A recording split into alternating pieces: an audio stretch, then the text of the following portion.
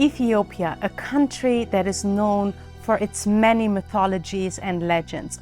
And since I can think, I was always fascinated by these myths. The biblical myth of King Solomon and the Queen of Sheba, for instance, or the legend of King Lalibela, who built the rock-hewn churches with the help of the angels. And the idea that the Ark of the Covenant, the most sacred object for Israelites and Christians, is kept in Aksum in northern Ethiopia, only 10 minutes from my hometown. There was something about these myths, something so powerful, which I cannot describe, but at some point I was so obsessed to find out, did these things really happen? I talked to so many priests and the answer would always be the same. Yes, the Ark of the Covenant is kept here. Yes, these churches were built with the help of the angels. And the way that they answered with so much confidence, as if it is an undeniable fact, was even more fascinating to me because it didn't make any sense. And no matter how many documentaries I watched, no matter how many books I read, I always ended up with the same question. Is this really a myth? Or did it really happen? Until I had a mindset shift and came to understand that for the whole time we were asking the wrong questions. I came to realize that it doesn't matter whether you or me believe in these myths. And it also doesn't matter if these myths are fictions, facts, or somewhere in between. I came to realize that what matters here is that these myths create realities. Because once people believe in these myths, no matter if they are fact or fiction, these myths start to shape reality, and that's the hidden power of myths. And so in today's episode, I want to share with you 3 myths that I consider to be one of the most powerful myths in Black history, because they have crowned, liberated, and divided Black people worldwide. And I promise you, after watching this episode, you will never look at myths the same way.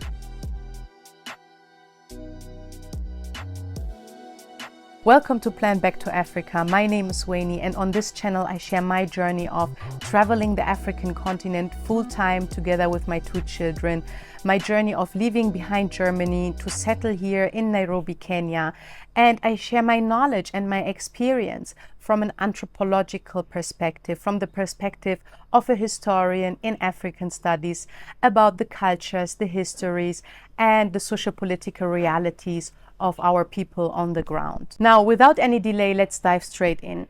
Let's start with Ethiopia, my home country. As I said, it's a country that is surrounded by so many legends and mythologies. And the biblical legend of King Solomon and the Queen of Sheba is most probably the most famous story of all. According to the ancient text, the Kebra Nagast, the Ethiopian monarchy descends directly from the union of King Solomon and the Queen of Sheba. And Emperor Haile Selassie I, who ruled Ethiopia until 1974, when the monarchy was overthrown, is probably the most well-known emperor from this Solomonic dynasty. And according to the Kebra Nagast, Emperor Menelik I, who is the son of King Solomon and the Queen of Sheba, is believed to be the first emperor of the Ethiopian Empire and is said to have brought the Ark of the Covenant from Jerusalem to Ethiopia. And this belief is still alive today. In the holy city of Aksum, one monk guards what many Ethiopians believe is the actual Ark, not as legend but as sacred fact. And my entire life I was breaking my head over the question, is this myth really true? Is the Ark of the Covenant really in Aksum? Until in November 2020, I learned about the real hidden power of this myth. In November 2020, a devastating genocidal war broke out in northern Ethiopia, in the Tigray region, that was targeting the Tigrayan minority. And so Axum is located in Tigray and considered to be the most holy and the most spiritual place for Ethiopian Orthodox Christians. And so one of the first things that happened during this war was the attack on this spiritual place, and particularly the attack on churches and monasteries in the Tigray region.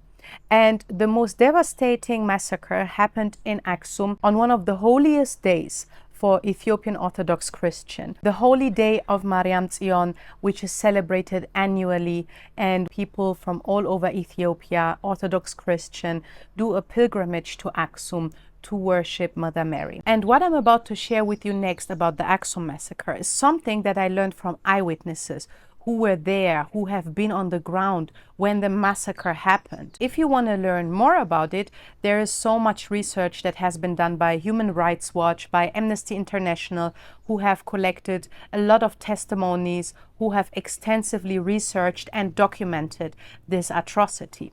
Anyway, what fascinated me was what a good friend of mine told me. When Eritrean soldiers approached the city and started shelling the town and came closer and closer into the historical center, many local people of Aksum, including my friend who works as a tour guide and who are predominantly Orthodox Christian and who deeply believe that the Ark of the Covenant is kept in the Church of the Holy Saint Mary, ran towards that church to protect it. And unfortunately, on that single day, hundreds of innocent people were murdered.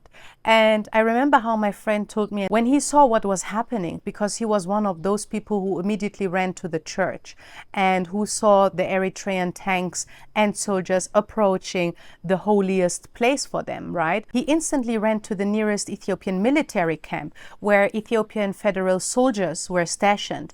And so he told me that he explained to them, listen, we understand we have political differences, right? But how can you allow what is happening right now? A foreign force is coming to destroy our heritage, our identity.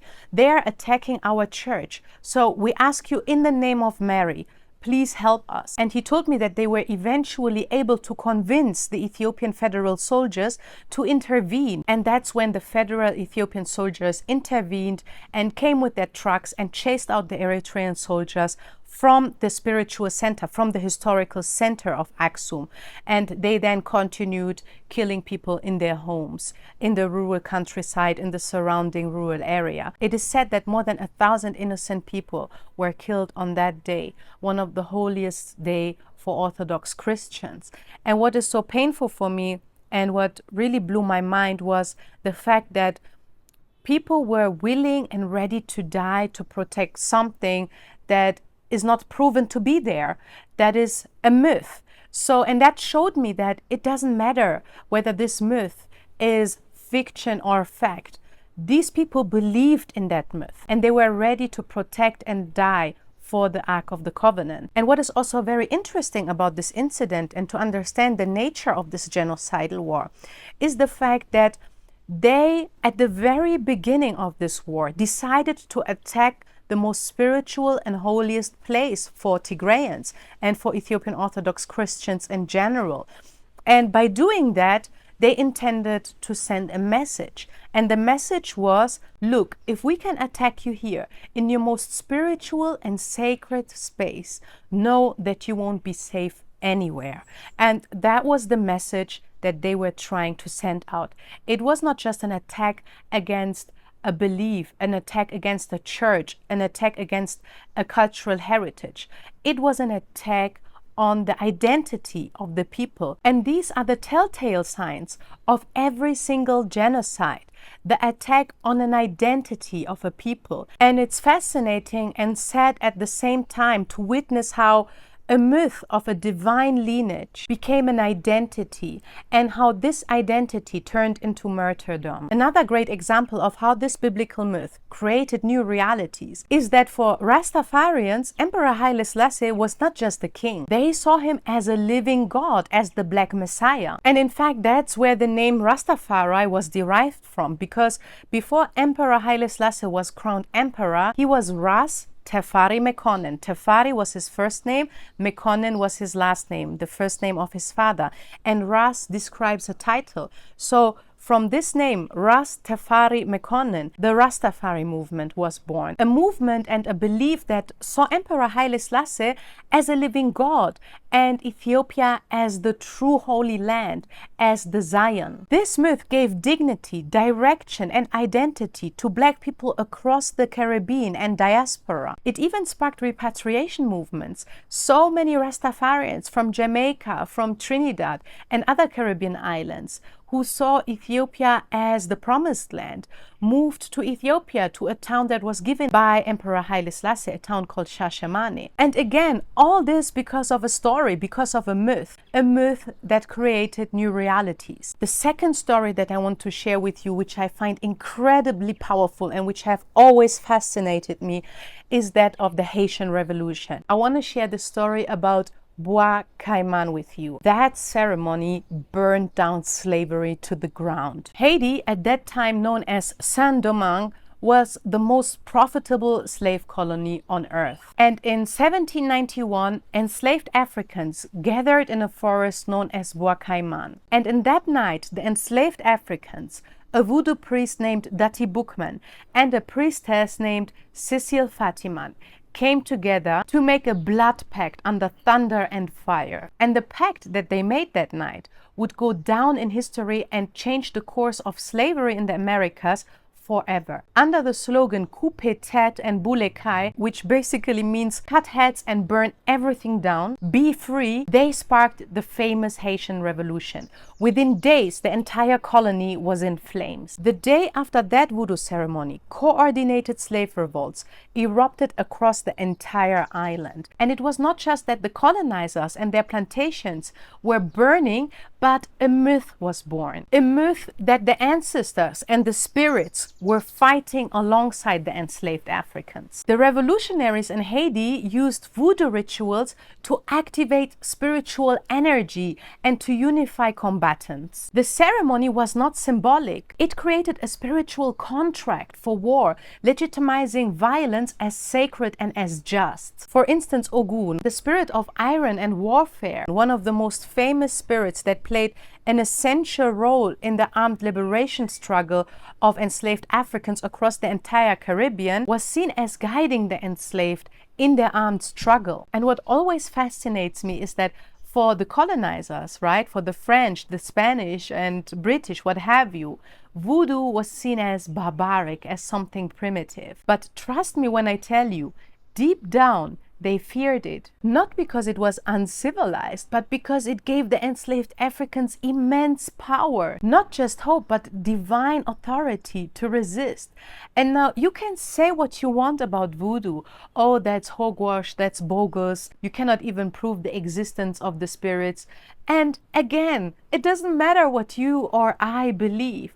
What matters is that it created new realities. And the new reality was that in 1804, Haiti became the first free black republic in the Western Hemisphere. Imagine in 1804. It was the only successful slave revolt in modern history, born from a ritual, sustained by belief and fueled by myth. Now let's get to the third example that shows how myths create reality. And I spoke about this particular myth in my previous episode when I spoke about how the Hamitic theory divided Africans, the biblical myth of the curse of Ham. And in this biblical mythology, Noah had three sons, Sem, Ham, and Japhet. Japhet was believed by European scholars to be the forefather, the ancestor of the Caucasian race, while Sem has settled in the Middle East and is believed to be the ancestor of the Jews and the Arabs. And Ham, according to this biblical myth, was cursed by Noah. Actually, it was Canaan, Ham's son, that was cursed to be a slave forever, and that all descendants of Ham will be slaves. And so later interpretations by European colonizers and scholars claimed that Ham was the forefather of the Africans, that Ham was black. However, the Bible says nothing about skin color or race. But regardless, this particular myth, the curse of Ham, and the idea that Ham's descendants were cursed to be slaves forever, and combined with the idea that they were black Africans, was used later by the colonizers to justify the transatlantic slave trade and to justify colonialism. And the same myth was later used by European anthropologists to classify Africans according to their physical appearance. And the reason why they did that was basically because when they started to explore Africa and saw those incredible civilizations like ancient Egypt, they could not believe that these civilizations were built by black Africans. And so in their pseudoscience, they came with the explanation, oh, these civilizations must have been built by outsiders, by groups of people who are closer to the Caucasian race and then who migrated into the African continent. because it was unthinkable for them that Black Africans could have built civilizations like Nubia, ancient Egypt, Zimbabwe, and Aksum. And later in the 19th century, colonial administrators used this Hamitic myth and the theories that were born out of this Hamitic myth to divide and rule, but not just by redrawing borders and controlling economies, but by reprogramming identity itself. As part of their colonial policies and divide and rule strategies, they labeled groups of Africans that had lighter skin, a taller stature, and more what they perceived as Caucasian features as Hamites, as a superior race over the Negroid and the Bantu, what they labeled as Bantu population. And so these people, these groups that they labeled as Hamites, they were given more access to resources, access to education, while at the same time marginalizing groups that they labeled as Bantu and that they saw as more fit to do the hard work and to do the labor and servitude. And imagine this colonial policy, this strategy to divide and rule was all born out of a myth, because the Germans and Belgians who colonized Rwanda pitted these groups, the Tutsis and the Hutus, against each other as part of the divide and rule strategy. And that eventually escalated in the genocide against the Tutsis in 1994. And at the core of the conflict is the belief that the Tutsis were seen as invaders, as not indigenous to Rwanda, as the oppressors who had oppressed and discriminated the Hutu majority for hundreds of years, when in reality the Tutsi are as indigenous to Rwanda as are the Hutu or the Twa. And the same goes for Ethiopia. Many people perceive certain groups of people to be more original Ethiopians than others. And skin color is often used here as a marker of authenticity. Can you imagine that? People forget how diverse the African continent is, how diverse Africans can be in terms of skin color, hair texture, facial features. But regardless, lighter-skinned Ethiopians, especially from the northern highlands of the country, are often labeled as invaders, as Asiatics, as Semitics, when Semitic in reality describes a language family and not a race. And on the flip side, darker-skinned Ethiopians from the southern parts of the country, from the Omo Valley, from the western parts of the country, are often seen as the real Ethiopians, the true Ethiopians, the indigenous people who were pushed out of their ancestral land, which is nonsense. I believe that these three examples that I shared with you today, the myths surrounding Ethiopia, about the biblical legend of King Solomon and the Queen of Sheba, about the Ark of the Covenant, about the Solomonic dynasty, the myths surrounding the role of spirits and voodoo in general during the liberation and resistance struggle of enslaved Africans, and last but not least, the Hamitic myth that was used to divide and rule Africans and that escalated into the Tutsi genocide in Rwanda in 1994, are perfect examples to show you the real hidden power of these myths. And I hope that it has shifted your perspective on myths, that we have to stop dismissing them as mere fiction, that they are irrelevant, because what matters is that these myths have created realities, some realities that were empowering and liberating, but also realities that were very painful and brutal, like the genocide against the Tutsis, or the division that we see among Africans today. Let me know what you think in the comments, and please share if you have any myths in your country, in your culture, in the country that you're living in, that have shaped and created new realities now that you maybe see it from a different perspective. And I look forward to learn from your experience. As always, each one teach one. Thanks a lot for watching, and I look forward to see you in the next video. Bye.